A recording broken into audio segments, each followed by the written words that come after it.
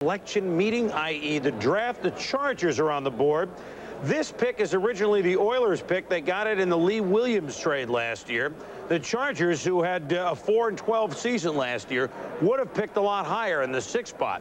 But last year, Bobby Beathard saw Eric Moten, offensive lineman, available. He gave a 1 to draft Moten with a 2nd-round pick in exchange for Washington. On paper, it looks like a crazy deal. We asked Bobby Beathard about it.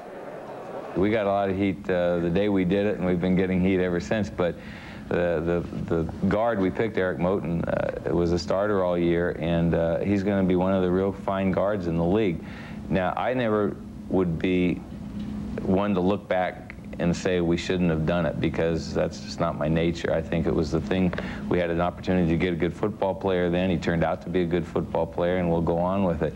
Washington, I'm sure, will get a great player where we picked, but I think this draft is strong enough that I think we're going to get a heck of a player with the 23rd pick. Bobby also did. These are the 2nd-round picks that he got last year, Moten being the one that he involved with this trade with Washington. George Thornton, just some 18 tackles, a defensive tackle, and Eric sleeping with Bieniemy, who only carried the ball 3 times, running back last year. And Mel? The San Diego Chargers select Chris Mims, defensive end, University of Tennessee.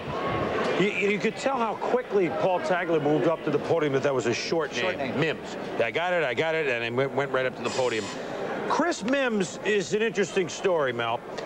He, after the season was over, Tennessee, went back to Los Angeles, with his agent or whatever, and there was some question with some teams as to, did he fall out of shape a little bit here in the spring? That's why some teams had him plummeting. Others definitely had him as a 1st-round pick.